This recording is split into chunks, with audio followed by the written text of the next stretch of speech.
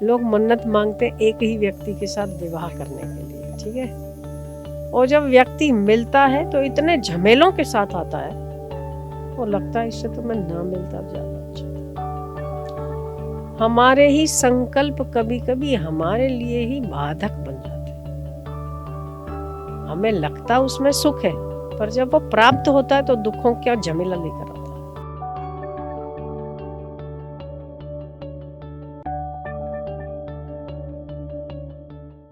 हमारा किसी ने अपमान कर दिया, हमारे चित्त में उठा कि हम ऐसी जगह पर जाके पहुंचेंगे जहाँ पर सब हमारा आदर करेंगे, सब मत्था टेकेंगे, सब सम्मान करेंगे। उस संकल्प की पूर्ति के लिए व्यक्ति दिन रात एक कर देता है, और जब वो सम्मान प्राप्त हो जाता है उसे संतोष होता है, वाह मुझे क्या सम्मान मिला, मैंने जो चाहा वो मुझे प्राप्त हुआ। पर वो कुछ ही क्षण के लिए टिकता है, वापस उस अपमान का दौर शुरू होता है, और फिर उस सम्मान को संभालने के लिए व्यक्ति फिर दिन रात मेहनत करता है, गधा मजूरी। ये व्यक्ति मुझे मिलना चाहिए, ये सोचकर लोग शादी कर लेते हैं। लोग मन्नत मांगते एक ही व्यक्ति के साथ विवाह करने के लिए, ठीक है। और जब व्यक्ति मिलता है तो इतने झमेलों के साथ आता है, वो लगता है इससे तो मैं ना मिलता ज्यादा अच्छा था। हमारे ही संकल्प कभी कभी हमारे लिए ही बाधक बन जाते हैं। हमें लगता उसमें सुख है, पर जब वो प्राप्त होता है तो दुखों का झमेला लेकर आता है। व्यक्ति किसी भी प्रकार की इच्छा क्यों करता है? सुखी होने के लिए करता है। उसे लगता है कि इससे ज्यादा सुख उसमें है, इसीलिए। पर जब वो सुख भुगतने की बारी आती है या हम वो सुख को प्राप्त करने की स्थिति में आते हैं तो लगता है अरे इसके पीछे तो और मगजमारी है, इससे तो ना किया होता अच्छा था। इसीलिए रमणीय पृथ्वी को सम शीतल और शांत भाव से देखने वाला व्यक्ति योगी है।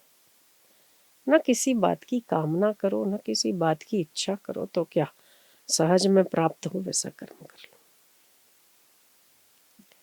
कोई भी किसी भी स्तर का संकल्प जब पूर्ण होने की बारी आए ना, लगता है मारो बेटू आओ तू दूर के डोल सुहावने, नजदीक के तो मजा नहीं है, दूर के ही सुहावने। पर परमात्मा प्राप्ति की इच्छा में ऐसा कुछ भी नहीं है। उसमें सब सुंदरता है, सब आनंद ही आनंद है।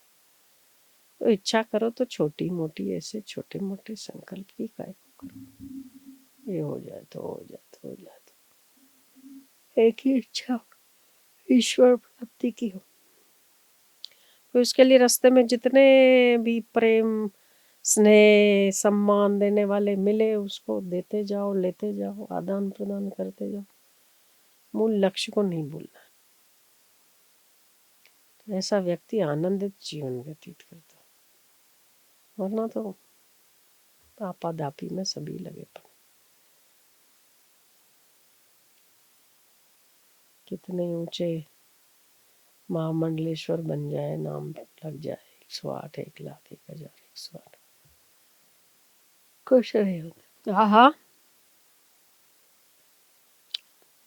देखिए पुरुषार्थ हर क्षेत्र में लगता ही है।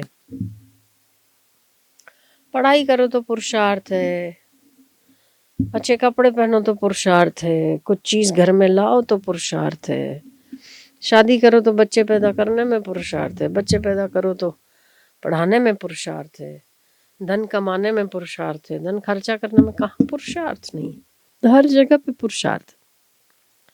ये है कि जो जो सच्चा संत है वो अपने मन को विषयों से, वासना से, विकारों से रोकते रहने में और सन्मार्ग पर लगाते रहने में पुरुषार्थ करता है।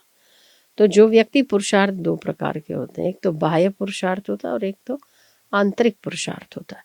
जो बाह्य पुरुषार्थ होता है वो बाह्य वस्तुओं की प्राप्ति के लिए होता है, आंतरिक पुरुषार्थ होता है वो अपने आप को बनाने के लिए होता है।